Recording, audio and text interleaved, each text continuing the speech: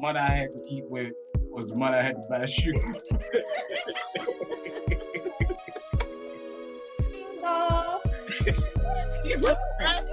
Ready. Mary. And I actually just proposed to this young lady right here last month. Yeah. You gotta get that. It's a long time. It is a long It's a time. long time. And we got we got 3 boys too. So it's just like when Mike Up said, it's not your booty, it's your beauty.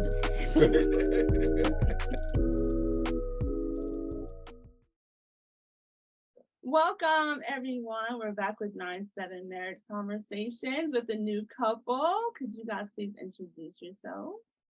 Hi, I'm Tamara Dunn.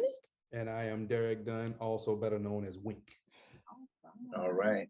Fantastic. All right, so now I want you to tell me a little bit about yourselves, please. Go ahead, babe.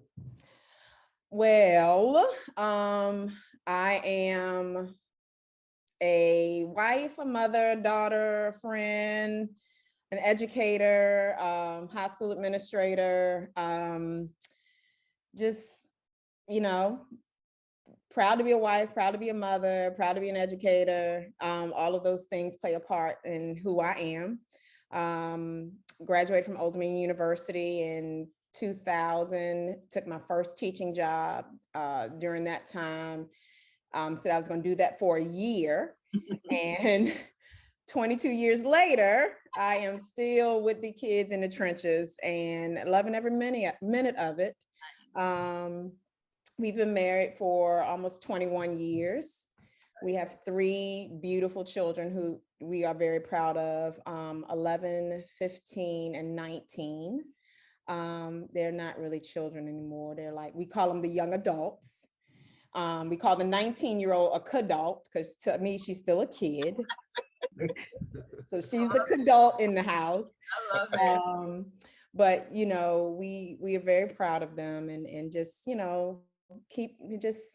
we're just still moving forward and being mom and dad and, trying to make sure they're on the right track and trying to make sure we're on the right track as a couple. And that's where we are. Nice. Oh, me? Yep. Oh, okay. So I'm Derek Dunn, and really same. I'm husband, father, brother. I'm a training instructor, which is weird. We'll get into that a little bit later. Working for the government, and I love my family. I'm a family guy. I'm a very social guy. So and that's pretty much who I am. Like you said, 21 years. Next month, September 29th to be exact. Be 21 years of marriage, and it really doesn't seem like it's been that long. When you're having a good time and you're enjoying it. Not to say we haven't had difficulties, but when you've been in this thing for as long as we have, and it still gets better, it makes it even sweeter. Mm-hmm. Sweet. You're just a little older than us. Yeah. That's it. Just a little bit. Yeah. Just a little bit. That's awesome. That's fantastic. Look, how did you guys meet though? Walk us through that. You want to do it? Or I'll start. You chime in because I might miss something. Okay. So Okay. was I a freshman at ODU? No, you will, sophomore. Was a sophomore at ODU. When we first met, I was a freshman, and it was the second semester of my freshman year. And my roommate and I were singing in the gospel choir at ODU. And so we had our end of the year outing. We went to a bowling alley, and our choir director at the time, Minister Earl Bynum, had these young guys with him, and he was introducing us, and it happened to be Wink and his brother, Bobby.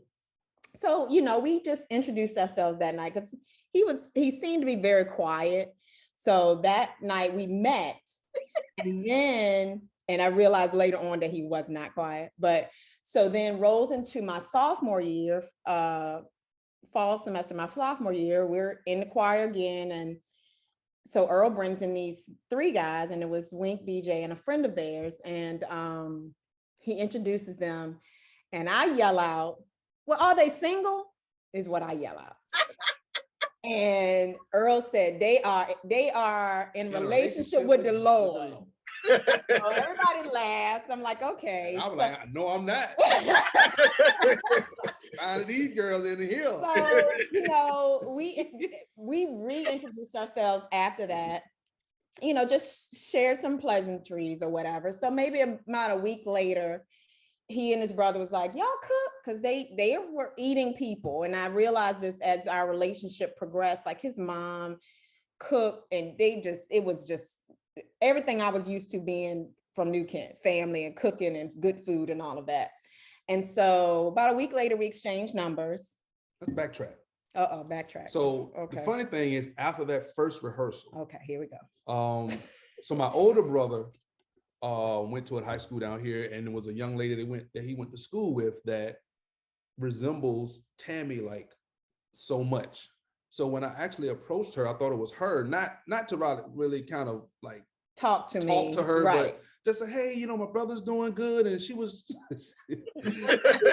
like, who is your brother? Roy down Aberstein. So I'm like, okay, maybe this is not her. So I said, and I think I asked you your name after the fact. Yes, he did. And she was like, my name is Tammy. I was like, oh, okay. Well, I'm in it now, so I might well go keep on going. Mm-hmm. And that's how we met. So yeah, about a week later, you can pick back. Yeah, a week later, exchanged phone numbers, and then he called and we talked. It's just that kind of thing. Actually, he was in a relationship and I was in a relationship, so we really started off just being friends. Seeing each other at rehearsal. It was always my roommate, his brother, me, and him. So we would always kind of hang together, and they were just good guys. And I always, and this is going to be funny because I never wanted to marry a church boy, but I wanted somebody who loved God, but wasn't so into church, like churchy. Yeah. And so when I met him, he's singing in the gospel choir, and I heard he played drums, and I was like, oh, here we go. This is a church boy. I don't know if I can do this. But little did she know. Little did I know. I was a heathen. There was a little ratchetness in there, mixed in with the church, because his dad was an elder, his mom was a missionary, and I'm like, I was a heathen. And my mom was a minister too, so I already knew the ropes of that. Been in church all my life. I already knew what this was going to be like. And so we talked, and I realized, okay, maybe he's not too churchy, it was enough for us to have some balance, even as friends, to have some balance and have that real talk with each other or whatever. So now you go. And yeah, so it was kind of crazy how that happened, because like she said, we both were in relationships. Hers was on the decline. Yeah. But she had been with her boyfriend at the time for about 5 years. Wow.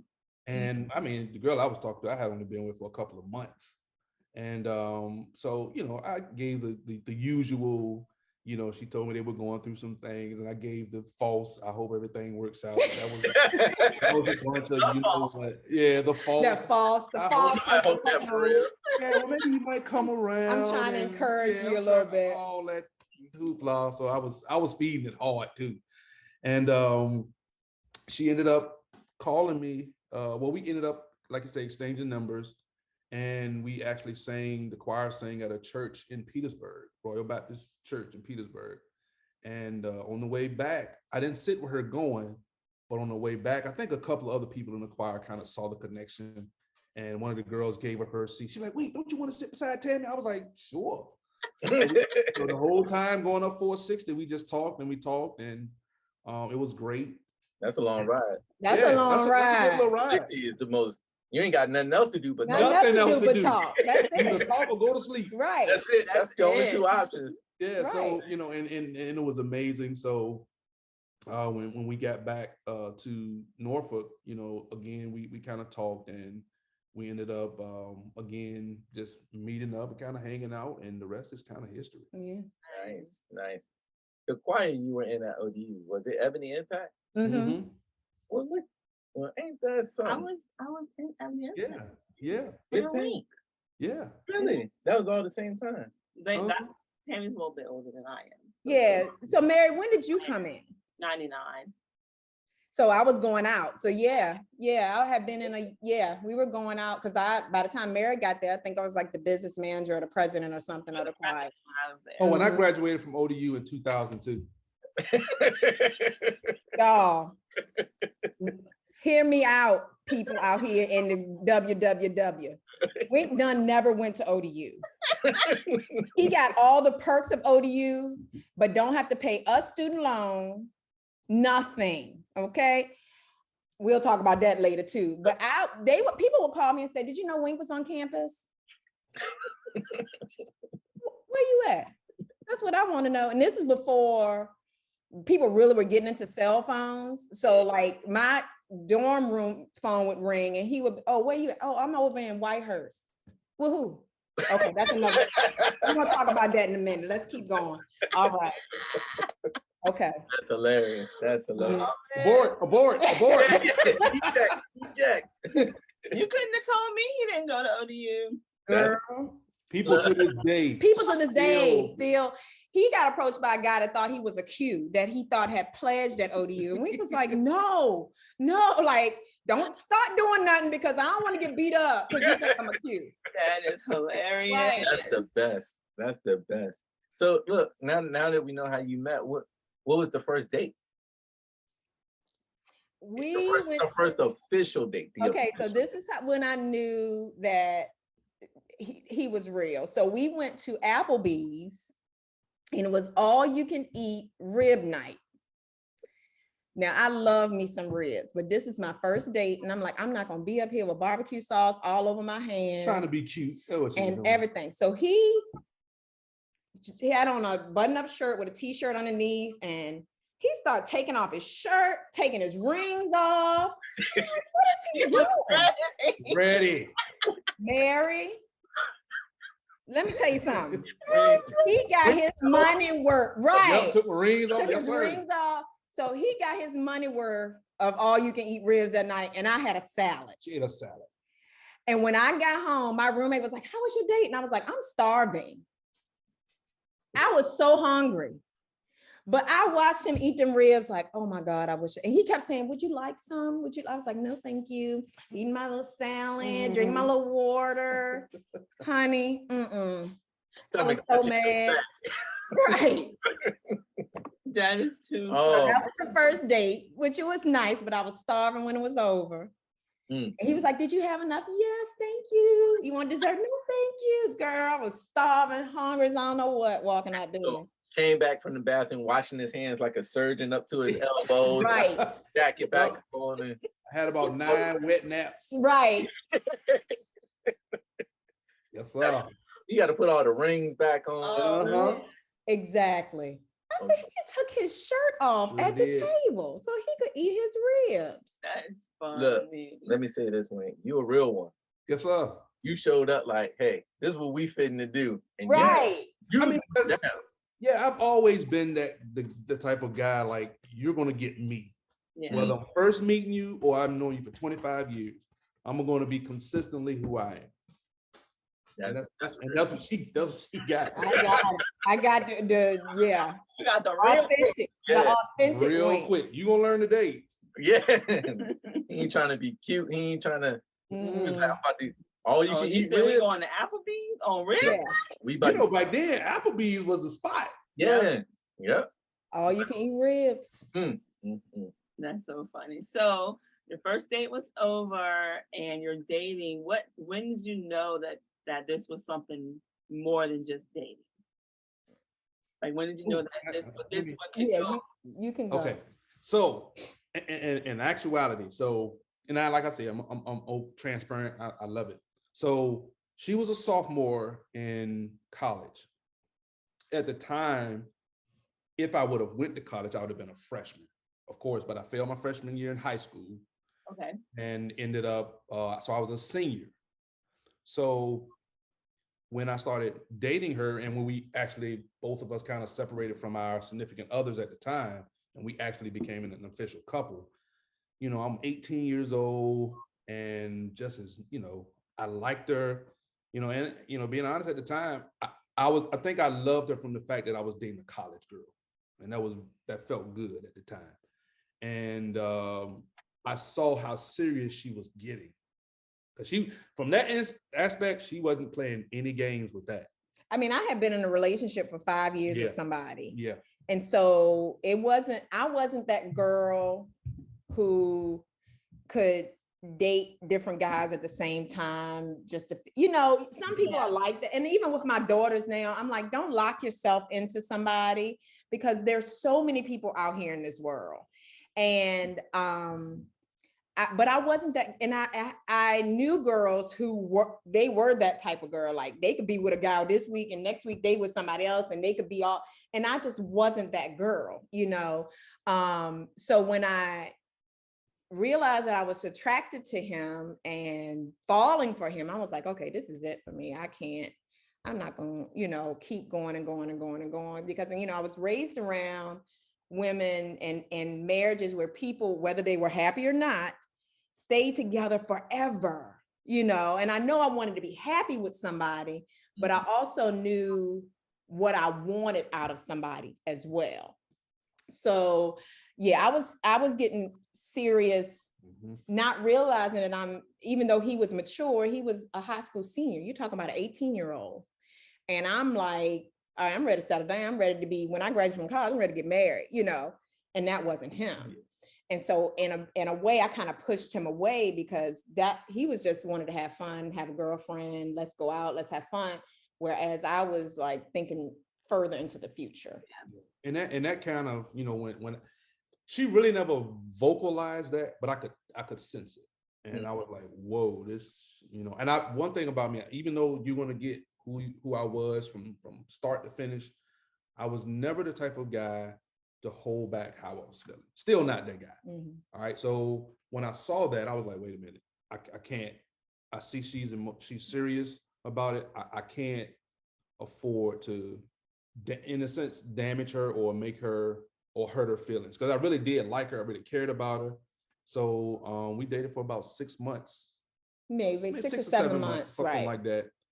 And I saw how serious she was getting, and I was like, whoa, it kind of scared me. And we had I rode over there one night, we had a conversation in her room, and you know, the typical, but it really was the truth. The typical is not it's not you, it's me. It was that typical, you know, conversation, and we had to cut ties because, like I said, literally, it was literally not her. It was me, and I was like, she's really serious. And as far as emotionally is concerned, and in life, I wasn't where she was in terms of a relationship. And I saw that, so I had to, you know, make some moves. And he's always been very open and honest, you know, even now, if I ask him something and he's like, no, that doesn't work, you know, whatever. So he's always been very forthcoming. And sometimes that hurts, but I appreciate that. And we joke about it all the time, because I used to say that I wish you had lied to me, you know, that type of thing. But I appreciated the honesty, because I knew exactly I knew that there would be very little dishonesty in our relationship. Because even so we broke up, we were apart for about a year and a half, maybe. And he dated other people, and I really didn't. I mean, I went out on a couple of dates, maybe one date with somebody, but never dated anybody else, even though people were saying, you need to go out, you need to meet people, you need to do this. And I was like, no, I'm just not feeling that, you know. It wasn't, you know, by this time I had met his family, met his mom, met his sister, loved them. They were great people. And I was still so connected with them. And so about a year and a half later, we had gone overseas with Earl Bonham, and he had taken his first group of singers overseas for a tour. And so I went that year. And so I was determined when I got back that was going to be it for me. I was done. I needed to move on with my life. I went overseas, you know, I see all these men. I'm like, there's men everywhere, you know, and, you know, just enjoyed myself and was, you know, didn't have the time to think about him per se, not knowing that back here at home, he was coming home in the evening asking his mom, did Tammy call? Did anybody call? Because every now and then I would call just to say, hey, we're okay, you know, whatever the case may be. And so coming back, we came back, I think we came back later than what we were supposed to. So my mom couldn't pick me up from the airport. And my best friend who went with us, her parents were doing, bringing a limo and doing, I was like, nah, I ain't really trying to do all that. I'm tired. I'm ready to, just crash somewhere and get some sleep. So little did I know, who called you and told you to pick me up? Did my mom call you? No, Yvette called. So my best friend Yvette, she called Wink and was like, Tammy's mom is not gonna be able to come this late. She's not ready to go back, because they were gonna go to Petersburg and then drop me off. And I was like, I'm tired. I want to just lay down. I need to put my head on the pillow. So we get back to the airport, and I see him standing in the airport counting change, because you had to pay the meter. He is really counting change to pay the meter. So I acted like I didn't see him because I was nervous. It's like made me like I was like meeting him all over again. And I think from that day, that's when I think we both knew that this was it, because he realized he missed me.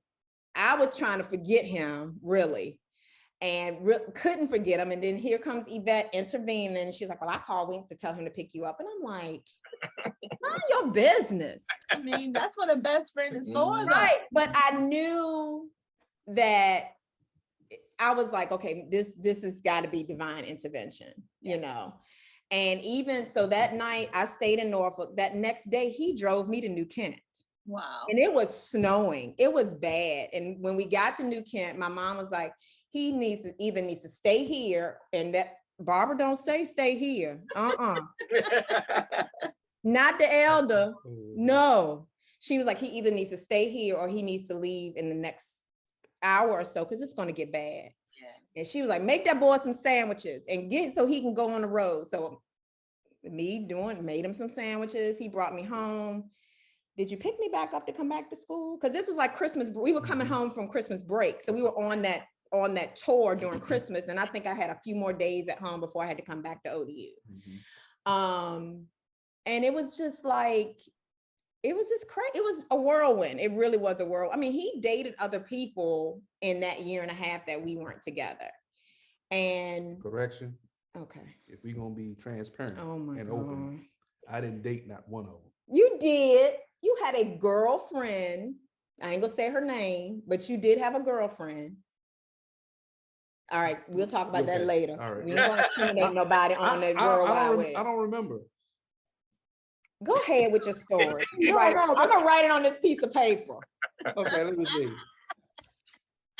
Okay. All right. See. All right. But so that was, now the young lady that was, she was more of a good friend that we tried to make a relationship, and it was an epic fail.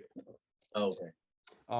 But yeah, for the most part, like she said, it was really just it was weird how it happened, because once we broke up, I went out and did my thing, and I really knew what she wanted, but I wanted to make sure that I was where I needed to be for her.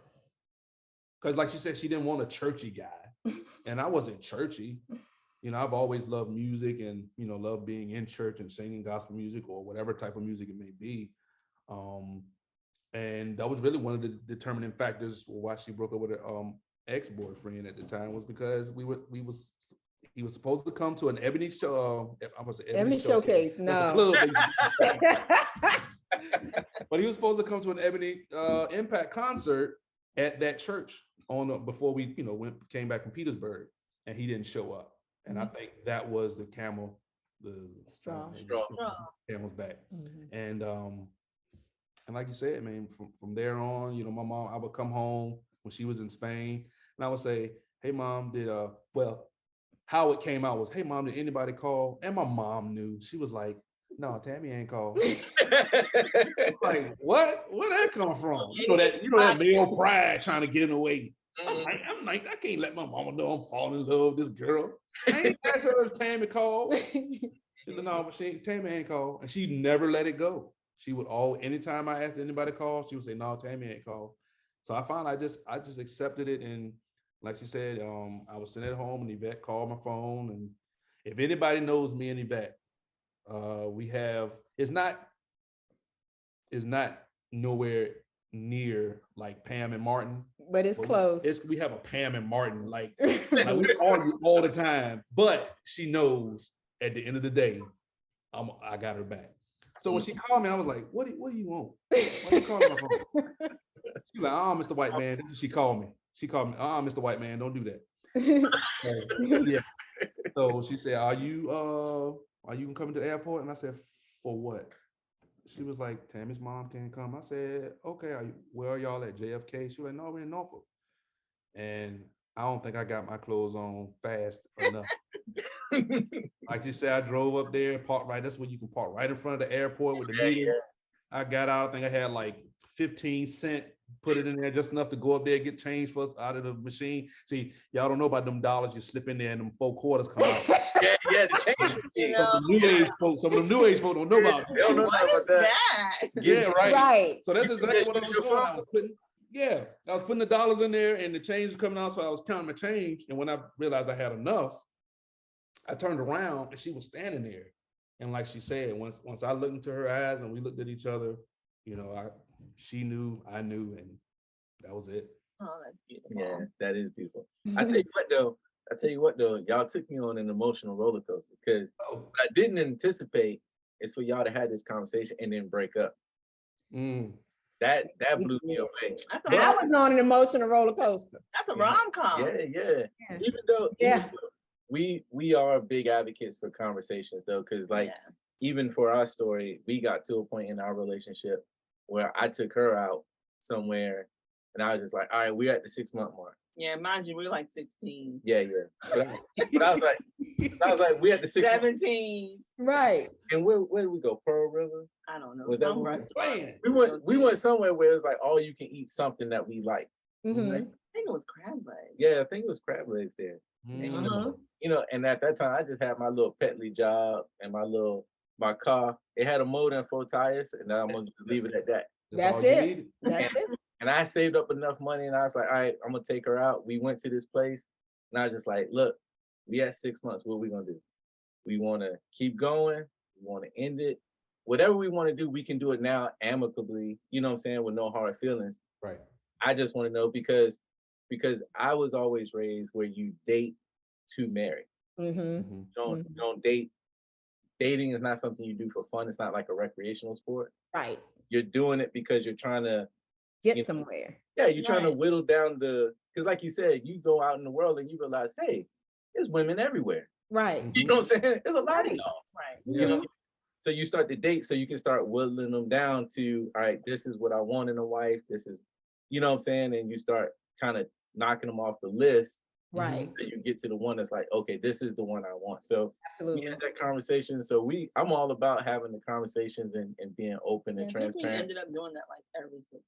Yeah, like really, like that's great. You just have that conversation because then it's no spite, there's no anger. You're not blindsided. Right. It's like, all right, if you hadn't said something was making you upset, this is a set time to be like, you know what, that made me mad. But I don't think that made me mad enough to want to end the relationship. Right. You know, but it does make me mad enough to say, how can we not make me so mad next time? Yeah. Right. So I'm a big advocate for those kind of conversations, and it's great that you guys had that conversation. I just didn't expect it to end with y'all breaking up for a year and a half. Ooh, it was rough. I mean, it was really rough on me because I had never, when you break up in high school, middle school, it's like, oh, okay, he broke up with me. He's stupid, da da da da. But when you break up, when you're like really serious about somebody, I mean, even the guy who I dated for 5 years, who was a great guy, he just wasn't what God wanted for me. Even when we broke up after almost 5.5 years, it was like, I don't see this going anywhere anymore. We had really pulled, because I went to college and we really had pulled apart.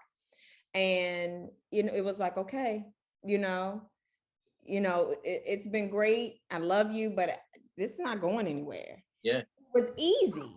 It was easier. Yeah. And then like 6-7 months in with somebody who, eventually you realize is your soulmate and you break up and it's like, oh my God, it was, I went through, and now I look back, I was like, girl, you stupid. yourself go through all of that, because I tell my girls all the time, especially my girls, don't get so caught in that you can't survive if something happens, But I was like, crying. I know my roommate was sick of me. I would be calling his sister and be like, what he doing? Where he at? Who he with? And today. yeah, I would be like checking in. Like, then he had his youngest sister. She was like 9, 10, maybe. Like yeah. And I'd be like, Pookie, where Winky? And she like, he ain't here, Tammy. He gone with such and such. I'm like, You said the whole story. Whole story. Look, she ain't know no better. She was telling me all the story. I'm milking my little sister for information. And then I would call, and she would be like, Tammy, Winky and his new girlfriend downstairs. And I'd be like, So, I mean, I really took myself through a lot of changes, just to come back kind of full circle in what it was supposed to be from the beginning. Right. My brother would say, guys have to mature and, you just got to wait. You got to be patient. If it's meant to be, it's going to be. And, all that stuff that you hear, but it's true. Yeah. If it's meant to be, it's really going to be. And when you put your faith and your trust in God, even in seeking a mate, he's going to give you exactly who he wants you to have and who's the best fit for your life and your vision and your family's vision and, the partnership and all of those things, because that's exactly what it is, a partnership. We have to work together. We have to supervise and manage together. And, and I tell people all the time, marriage is not always going to be 50-50. Some days it's going to be 90-10. Some days it's going to be 80-20. We have to compensate for each other, and I can't say, well, you didn't do this today, so I'm not going to do this tomorrow. No, that's not, because we are all still individuals. So we still have our own individual struggles and our own crosses that we have to bear individually. I'm not just Wink's wife and he's not just Tammy's husband. We have our own individual lives that we have to, at work, he's a different person. At work, I'm a different person. And all of that falls into who we are as a couple, who we are as parents to our kids. So, we've learned a lot about each other, still learning a lot about each other, even 23 years later, maybe altogether. Still learn a lot about each other and how our personalities has switched, because he used to be like hot off the press, now it's me, my temper has gotten shorter and his is like, come on, babe, you really need to fix your face, calm down, get yourself together. Why you look like that? I mean, he would text me in church and be like, fix your face. What? Yeah, we get out the car, like if we're going to a social gathering and maybe some, being real about it, maybe some people that you really don't want to see or really don't feel like. Take him your best friend. He'd be like, babe, fix your face. We get out of the car, turn the car, I'm like, before we go in here, I need you to fix your face. And she'll look at me, she'll be like, okay.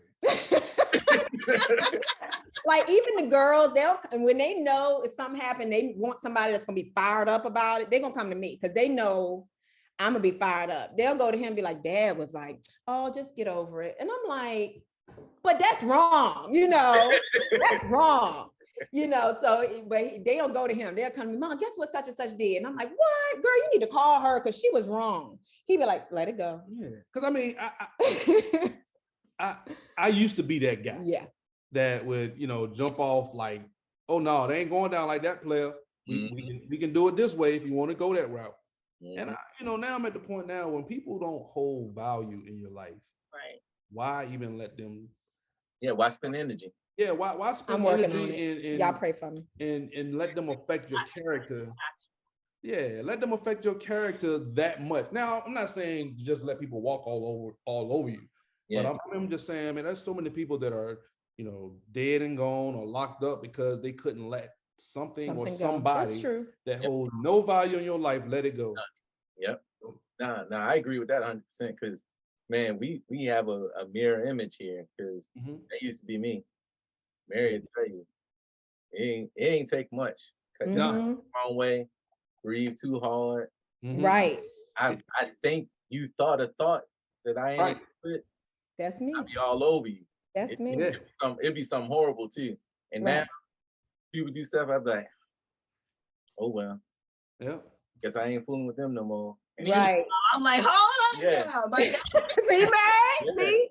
And I meanwhile, she got think fire coming out her hand. right. See, working with Like- teenagers too, where I know I've taught my kids a certain way to interact with adults, and then I get to work and I got these kids who ain't nobody taught them, or if they did, they forget when they walk in the school building, and you come off, oh, we going to have a conversation with no cameras and nobody, no witnesses. You know, we gonna have this conversation.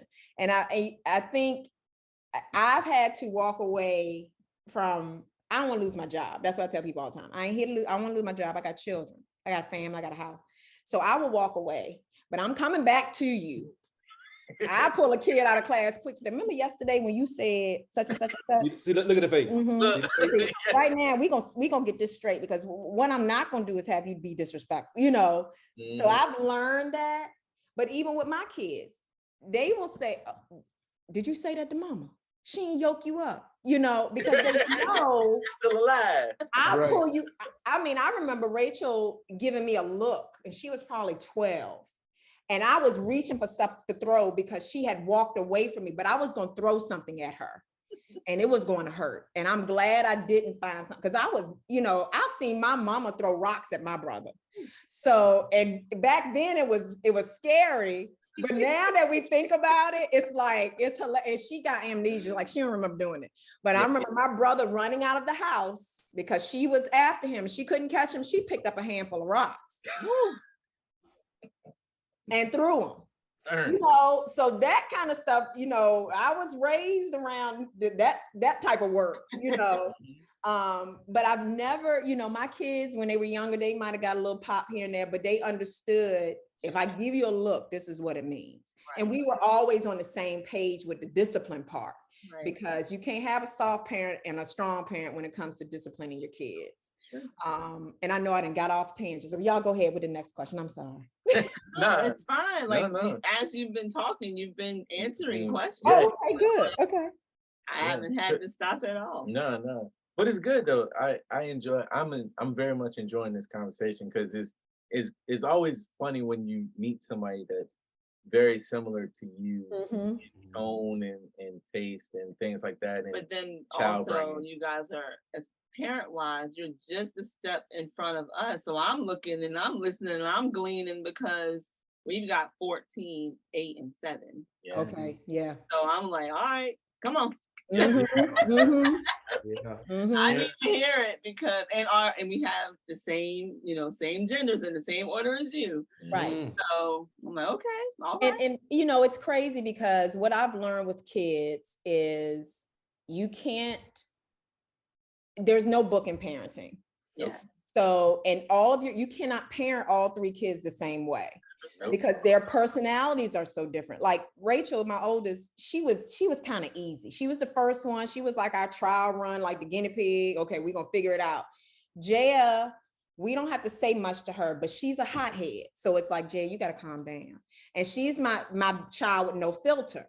So it's like, whatever she thinks, it's gonna come off. So Rachel is usually the one that, like, Jaya, don't say that. Jaya would talk about it in the car. Jaya, no, you know. And I worried about her a little when she was like up until about the age 12, because she was so soft-hearted and so kind, and I was afraid people were gonna walk all over top of her. And I'm like, Jaya, you got to get tough. And then all of a sudden, it was like she got tough and didn't turn back. So it's like her hothead. It's like, come on, Jay, come on, you can't do that. You can't say that, you know? And then Jam, he's the only boy. So that's a whole different situation, because it's like, he's easier in a way, but there's still things that we have to teach him as he's growing into being a man, you know? Like his daddy time, hold the door for your sister. No, let your sister go, you know, just teaching him those things. And he came and walked in the kitchen the other day and said to me, "Are you proud to be a mom?" Oh. And it threw me. Like, I said, of course I am. I said, I'm very proud to be a mom. I said, it's not always easy because I'm also transparent with them. If I mess up, I'm gonna say, y'all, I messed up. I'm sorry. You know, you right. I didn't do that right. Because I want them to know that this parenting thing is not perfect. You know, we apologize to them if we're wrong. We, you know, we say please and thank you to them because those are things that we want them to do with people. You know, Jam said, Mom, you don't have to tell me thank you. Yes, I do, because I want you to know that I appreciate you. You know, so those are, you know, things that we, like I said, we mess up on this parenting thing all the time, you know, but we know how to come back and fix it, you know, and make it like there's some days I'll be like, Wink, I did this and oh my God, I can't believe I said this or did this with Rachel. He was like, just talk to her about it, you know, because I don't want them to ever feel like they can't come to us if there's something going on. Like there were certain things I knew I couldn't go to my mom about. But I'm glad I had friends that had good heads on their shoulders and won't go out here and tell me something crazy to do, you know, but I knew because my mom was old school. So she raised us old school. So there was certain, I mean, we had the sex talk the day before I left to go to ODU. I was 18 years old. And that talk was go down there and you come back the same way you went down there. That was the talk. Well, I don't even know what that means, cause right. I'm like, can you elaborate? Yeah. Mama, I don't know if you know my current status, so that may not work out the way you think. Right. Work So out I was like, okay, that was the extent of my sex talk. You know, you go down there and you come back the same way you went down there. Okay, Mom. All right. That's funny. You know, so I always wanted to be open with them and honest. So when they ask me questions, and also because I'm a biology person, so if they ask me questions, I'm gonna tell them the scientific where he would make stuff up. I think Jam or somebody asked him one day, Dad, what's a swinger? Somebody that swing on the swings at the playground. And they try to go over the top. I'm with you. Yeah. I'm like, honey, come on. I'm not ready to have a conversation yet. Somebody that swing on the swings at the playground. You are 11. I'm not They trying to go over the top. They trying to get the Guinness Book World Record of loops over the top of the swing. Right. Yeah. I'm like, you can't, you know, that and those every time there's a question asked, I'm looking at him like, you better not say nothing crazy, you know, because they, you know, kids, and then they'll go ask one of their little friends and they'll get the ratchet answer. Yep. You know, so we got to tell them straight up, you know, what the real deal is. Now, you know, age related real deal. Yeah, yeah. I do have a question though, in all of this, because I heard you talk about your mom, and I heard when you guys were talking about when you were, you know, separated in the crazy time, right? How much influence do you think your parents had on your marriage and how you approach marriage? That's a great question. That's a great question. I'll start. Okay. So my parents were married for 21 years. Both great people, but got married young, like 19, 20. And so they grew up were growing up and raising a family at the same time. And I would listen and watch them argue. And even from a little girl, I would say, I never want to argue with my husband. I never want to have an argument. I never want to fight. I never want to argue. So when my parents divorced, you know, divorce is hard on a kid. So I was 12. My brother was 3, my youngest brother. My oldest brother was off to college. So he really didn't have, the dynamic, he didn't feel it because he was gone. And he never came back. So it was just me and my younger brother who was my right hip, left hip. Everywhere I went, he went, because my mom worked multiple jobs too. And so I never wanted to argue. I knew that I never wanted to go through a divorce. I never wanted to go through a separation, because those things are traumatic for kids. And so even when Wink and I got together, and our worst argument that we ever had was the day before we got married. Wow. It was bad. And here we go with Yvette again. I said, Yvette, he ain't gonna want to marry me because we just had a terrible argument. I mean, it was bad. I mean, and it was over something stupid like the punch for the reception. Yeah, it was stupid. It was stupid. But I think we were so like, getting ready to get married. This is a big step, but we vowed even then that anytime we had a disagreement, we would sit down and talk about it. Yeah. And I don't think our kids have ever heard us seriously argue. We've raised our voices. We are two very strong-minded people. And I've had to learn too, everything is not always necessary for a debate. Sometimes you just got to step back and say, okay, because if it keeps going and going and going, then tempers are really going to flare. You may say something you really don't mean. Right. And then I've learned too that there are times where I'll come back maybe a day later and say, babe, when you said such and such, that really hurt my feelings. And that's when you're more level-headed, you're calm. And same thing with him.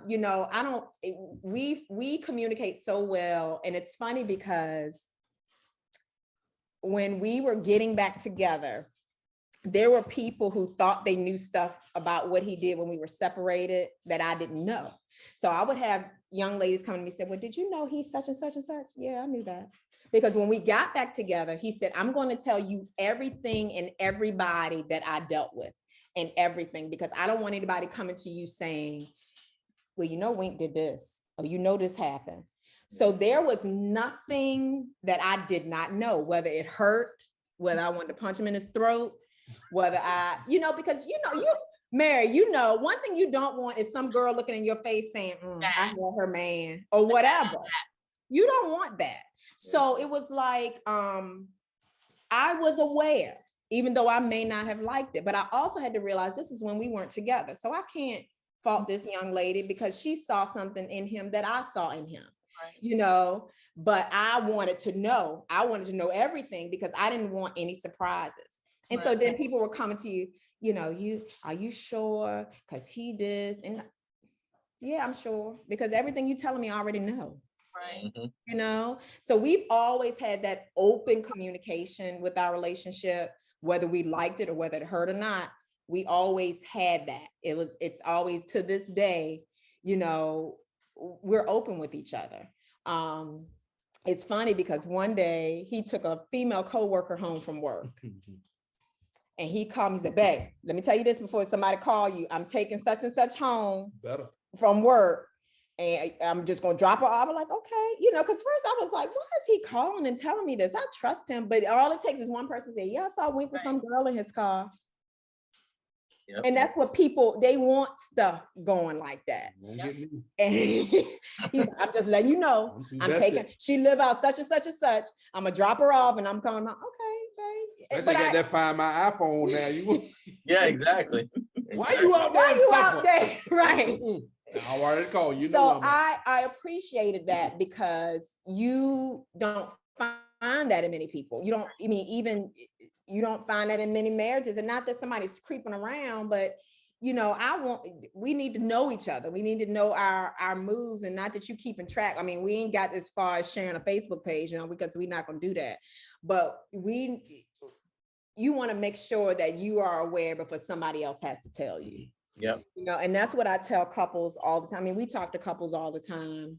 He actually married my brother and his wife. Aww. And so once a year, they'll come and be like, all right, time for our marriage counseling. And he'll sit down and they went through marriage counseling with him. I was, nowhere near, he never told me what they talked about, never told me what they discussed, but he, from his experience, and from watching his parents, because he's got to talk about his parents too, because his parents were the opposite of mine. And so, he knew what he wanted. He knew what needed to happen. And he shared with my brother and his wife the same thing. Y'all got to communicate. You got to be open. You got to be honest with each other, and so once a year they come back to, it's actually coming up probably in the next couple of weeks. They're going to have their marriage counseling, their yearly marriage counseling. And, he's just that guy, but he's that because of his parents. So talk about your parents, babe. Yeah.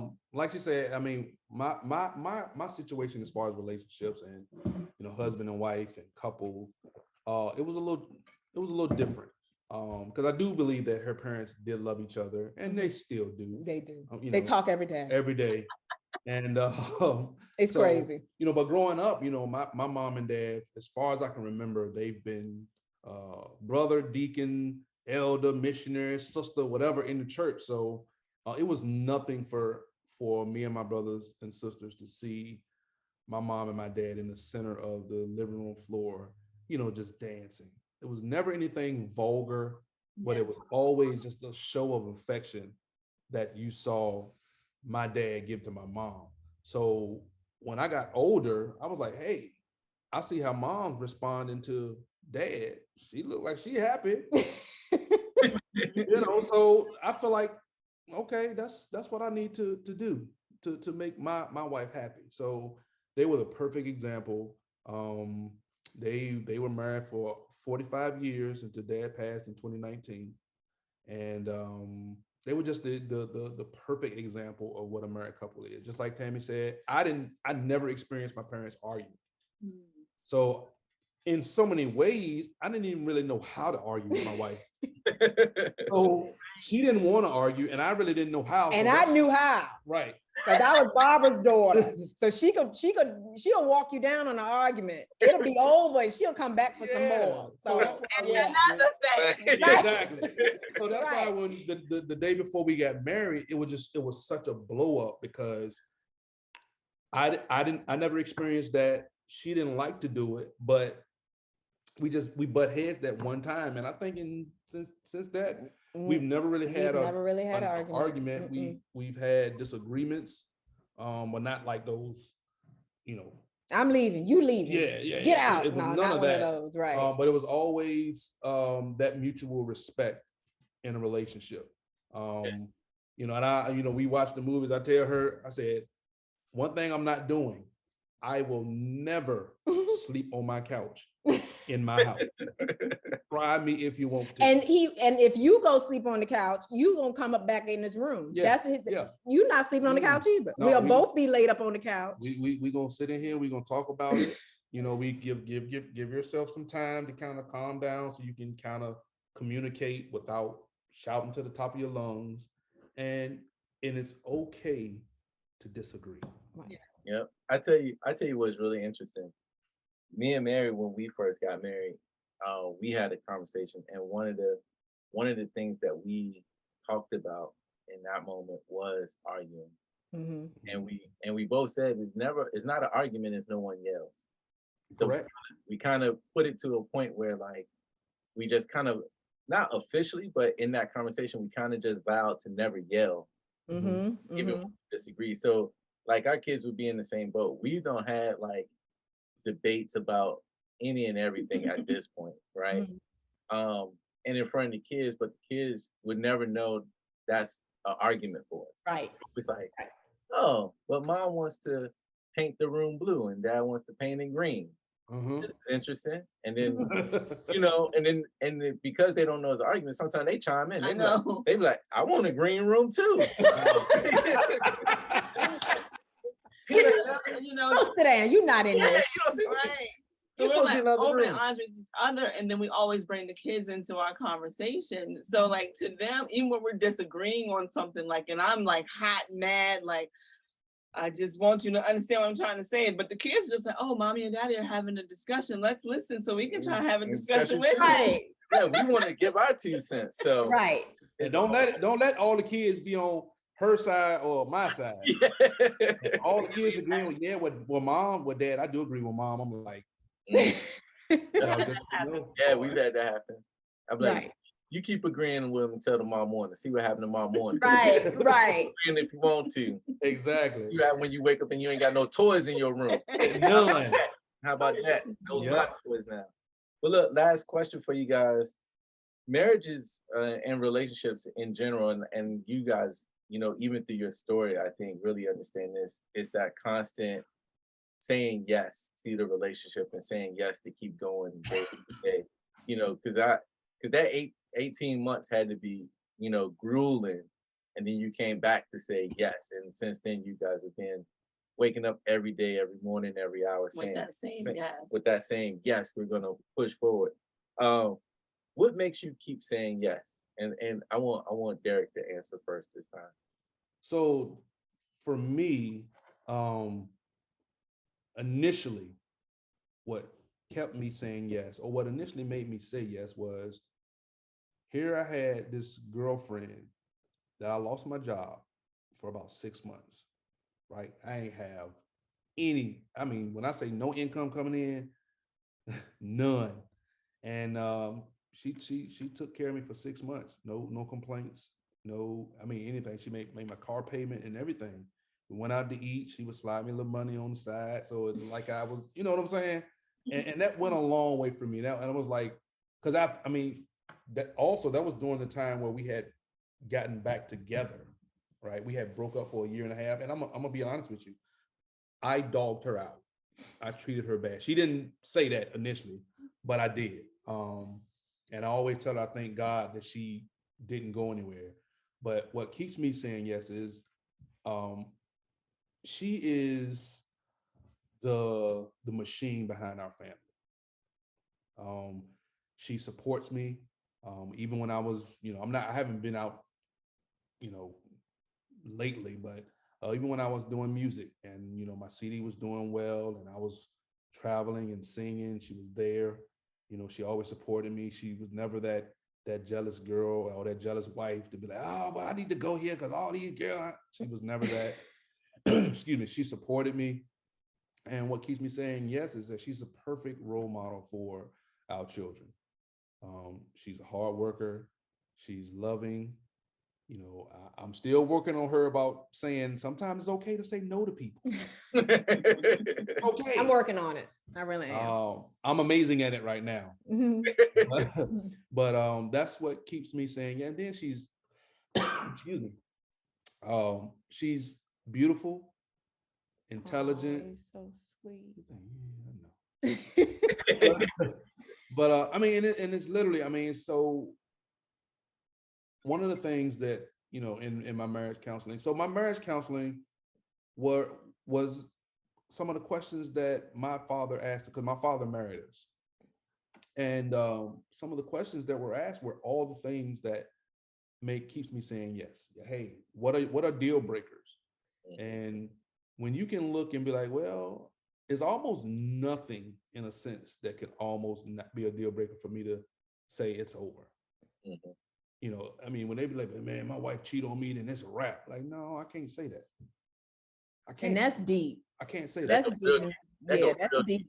Yeah, that's deep. And that cuts really because, for men,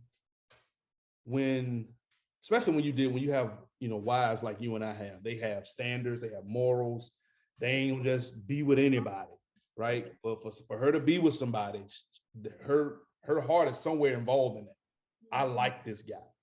So, when they cheat, it's like, oh, bro, you about to be on Snap. All right? So for me, that's not a deal breaker. So, and my wife is like, she's just amazing, bro. So that's what kind of keeps me going. Also, what keeps me saying yes is the fact, really, I know. Also, what keeps me saying yes is the fact when I made my vows, I tell people, because, guys like to talk at work. Well, I said, look, when I made my vows, because I'm a spiritual guy, when I made my vows, I just didn't make them to her. I made my vows to God as well. Mm-hmm. Right. And my thing is, God never broke his promise to me. Right. So I owe him and her that much not to break my promise to her and him. That's deep. That's deep. I love it. Yeah, that's fine. You put some bars in that. That's some bars. Go ahead and write a song, Wayne. Yeah, I know. Go on, write a song. I'd buy that. Mm-hmm. Mm-hmm. For me, what keeps me saying yes is, I wake up every day to someone who always puts his family first. And it's not, and this might sound crazy, but it's not the kids, it's his wife, because they always say happy wife, happy life, but I feel like we both have to be happy. Yep. And Wink will do whatever he can to make me happy. And because he knows that, he says I'm the machine that runs the family. And if I'm shut down, then things don't function. And, I want my kids to see, to have healthy, happy parents, because, they have friends who don't have that. Right. So I want them to see that daddy's doing whatever he can to make mommy happy. Mommy's doing whatever she can to make daddy happy. What also keeps me saying yes is Wink he loves my parents like he loves his parents. Mm-hmm. There's nothing that he won't do for my mom and dad. Now, mind you, my mom and dad are divorced. My dad lives in Richmond. My mom lives in New Kent. But if something happens, he will say, let's go. My dad, over Father's Day weekend, we were scheduled to go up to eat lunch with him. And he called me like 15 minutes before we can walk out the house. And was like, I can't, I'm sick. I don't feel good. And he was like, let's go. We need to go up anyway and check on him. We might have to take him to the hospital. We might need to do this. So it was him.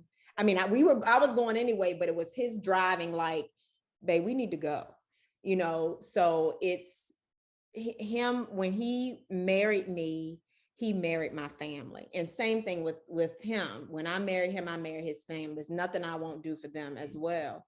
But he is not, oh, that's my mother-in-law. That's my mom. Not that's my father-in-law. That's my dad. That's Pop. You know what I'm saying?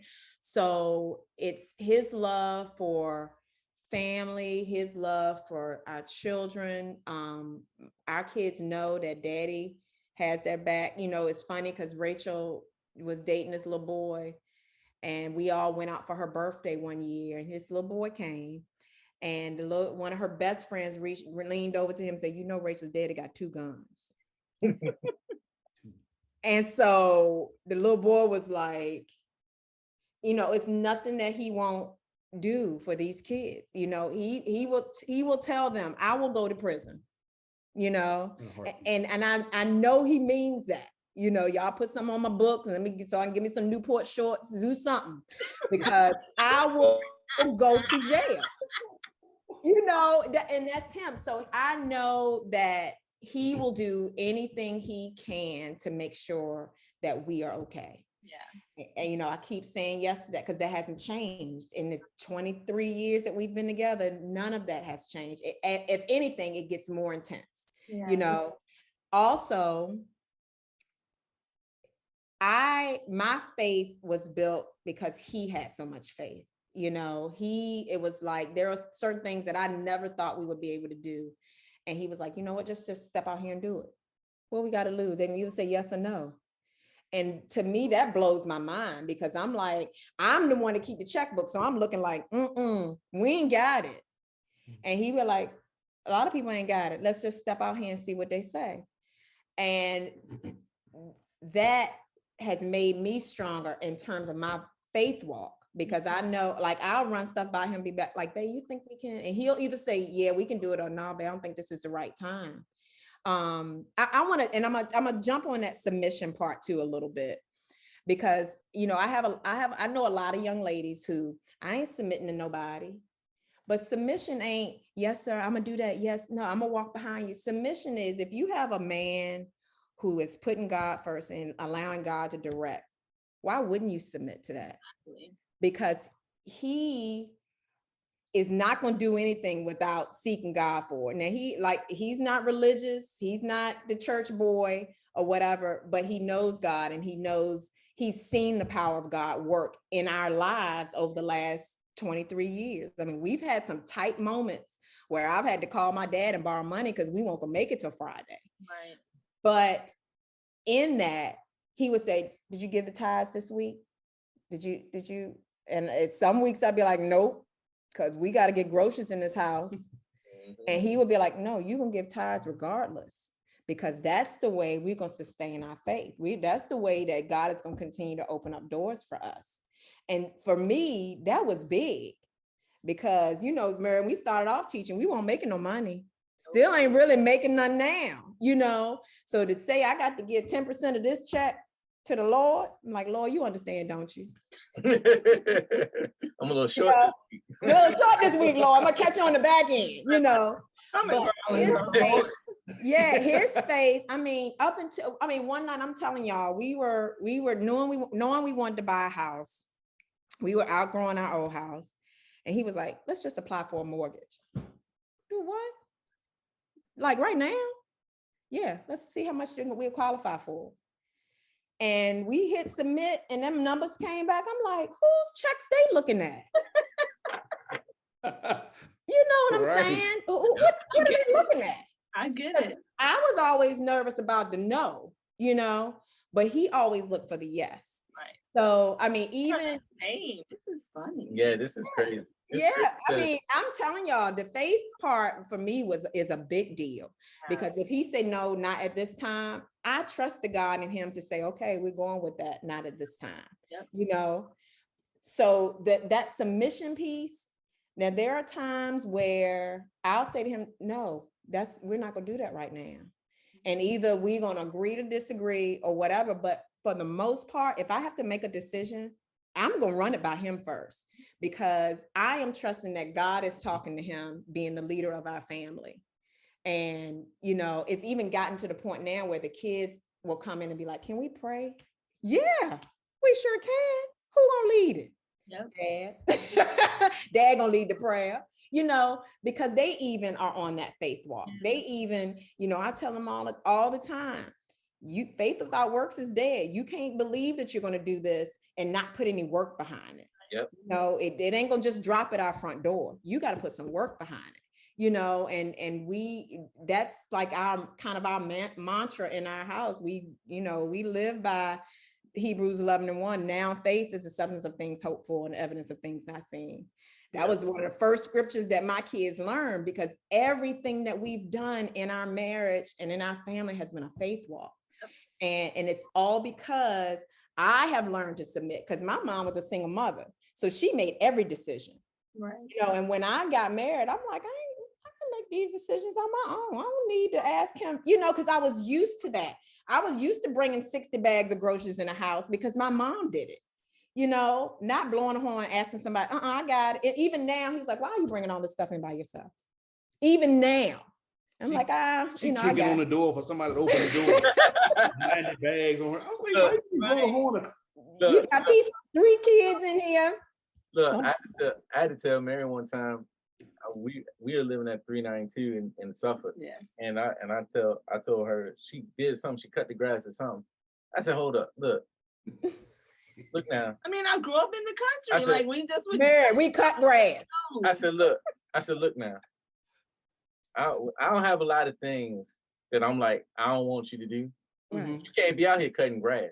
Right. You're a whole man in this house. Right. A whole man. A whole man. And if you out here cutting this grass, these people gonna be like, where that man at? Right. There you go. There you go. I don't need nobody making no questions about my. But you know, we were used to that because we grew up in the country. Everybody cut grass in the house. That's what you do. Yeah. Right. That's what you do. That submit thing, like I really feel like submission, the word itself has gotten a bad rap. Yes. Put your English hat on a little bit and you actually just look at the word. Right. Like I'm being like, oh, let me ask him if I can have some water. No. Mission, like I'm under a mission. And if I'm under his mission and he's getting his mission from God, then I don't have nothing to worry about. Right. Absolutely. You know? But look, I'm quick to be, I'm with you, Wink. I'm always like, I'm gonna ask the question and I'm gonna make you tell me no. Like you gotta say no. You know what I'm saying? So I'm quick to be like, always like, just ask. They can always say no. Yeah, I'm like, what you mean? But what if they say no? Right. That's us.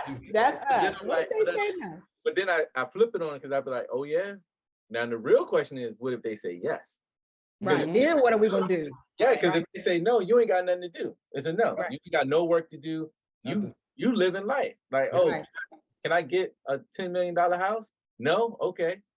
Right. You know what I'm saying? But you ask somebody else and be like, can I get a $10 million house? And they like, yeah. And you like, oh, snap. Now I got to pay for it. Right, Right. right. Yep. Like, Yeah. $1 to $10 What's, million. yeah, what's the light bill on the $10 million house? What the Right. Exactly. You know what I'm Yeah. saying? Now you got actual work to do. You know what I'm saying? But asking the question, the worst you can get is a no. In No. which case you ain't lost nothing. Right. You know what I'm saying? So yeah. But thank you guys. This has been great. Thank y'all so much. This is fantastic. We Thank enjoyed y'all it. for having us. We really appreciate you guys for asking us to do this. We do this every now and then. And it's always good to revisit, those areas and those times. Because sometimes you just put them in the back of your mind, but it's always good it's like kind of rekindling Yeah. that. So we really appreciate you guys. Absolutely. Really, really do. Thank you guys.